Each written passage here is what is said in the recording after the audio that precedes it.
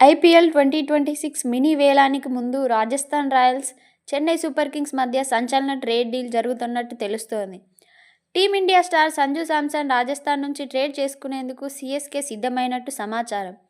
IPL 2025 నుంచి Samson Royals మధ్య విభేదాలు తలెత్తాయి.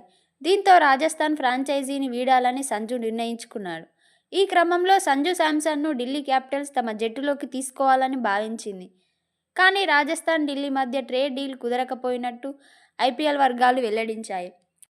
ఇప్పుడు సీఎస్కే ఎంట్రీ ఇచ్చింది. సంజూ శాంసన్కు బదులుగా స్టార్ ఆల్రౌండర్ రవీంద్ర జడేజాను ఇచ్చేందుకు సీఎస్కే ఫ్రాంచైజీ అంగీకరించినట్టు వార్తలొచ్చాయి. కానీ అందుకు రాజస్థాన్ ఒప్పుకోలేదంట.